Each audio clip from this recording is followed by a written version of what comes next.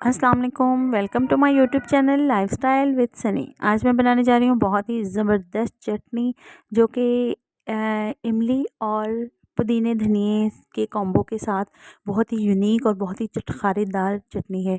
यहाँ पर मैंने जो है वो थोड़ी सी एक मुट्ठी के बराबर जो है वो मैंने इमली ली है और उसे मैंने यहाँ पर पानी में भिगो कर रख दिया था। तकरीबन 10 मिनट के लिए 15 मिनट के लिए आपने इसे रख देना है। और ये देखिए मैंने उसमें से गुठलियाँ निकाल कर इसको साइड पे कर दिया है। और यहाँ पर धनिया पुदीना भी मैंने एक बॉल लिया है छोटा, जिसे मैंने पत्ते तोड़कर अच्छे से वॉश कर लिया है। और अब हम लेंगे ग्राइंडर, झटपट की तैयार होने वाली, और ये स्पेशल जो है वो समोसों, रोल और जो है वो पकोड़ों के साथ बहुत ही ज़बरदस्त लगती है। ये मैंने सारा इसमें धनिया और पुदीना एक बॉल के करीब डाल दिया है। आप ज़रूर ट्राई कीजिएगा, आपका दोबारा किसी और चटनी को दिल ही नहीं करेगा। और अब हम इसमें तकरीबन 7 से 8 हरी मिर्चें जो हैं वो इसमें डाल देंगे। आप इसे मज़ीद तीखा करना चाहते हैं तो ज़्यादा भी डाल सकते हैं। मैंने यहाँ पर 7 से 8 हरी मिर्चें ली हैं, वो इसमें कटिंग करके डाल देंगे। हरी मिर्च डालने के बाद ये इमली का पल्प है, ये भी तकरीबन 1 कप के करीब है, छोटा 1 कप, वो हम इसमें शामिल कर देंगे। अब हम इसमें स्पाइसेस ऐड कर लेंगे। हाफ़ टी स्पून हमने नमक डालना है इसमें। हाफ़ टी स्पून ही हम इसमें दड़ा मिर्च डालेंगे। हाफ़ टी स्पून हम इसमें ज़ीरा शामिल करेंगे। 1/4 टीस्पून हम इसमें लाल सुर्ख मिर्च पाउडर डालेंगे।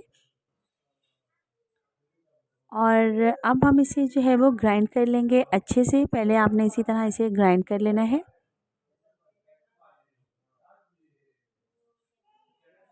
थोड़ा सा ग्राइंड करके देखें, अगर ये ग्राइंड नहीं हो रहा तो आप इसमें तकरीबन 2 से 3 सिप के करीब जो है वो पानी शामिल कर दें। सिर्फ 2 सिप आपने पानी इसमें डालना है। और अब हम इसे ग्राइंड कर लेते हैं। तो ये देखिए बहुत अच्छे से ग्राइंड हो रही है ये।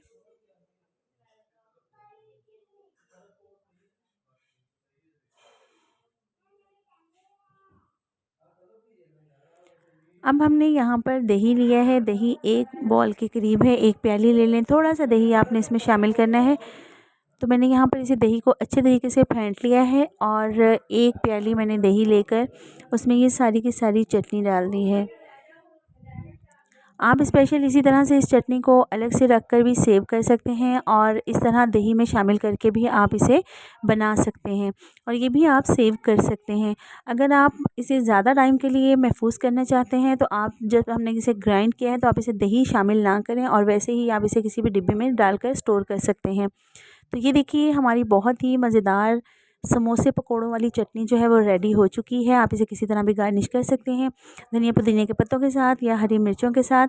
तो ये थी हमारी आज की रेसिपी, क्विक रेसिपी, झटपट बनने वाली रेसिपी। ज़रूर ट्राई कीजिएगा, फ़ीडबैक ज़रूर दीजिएगा। बहुत ही यमी, बहुत ही चटखारेदार। मिलते हैं नई रेसिपी के साथ नेक्स्ट वीडियो में। तब तक के लिए इजाज़त, अल्लाह हाफ़िज़।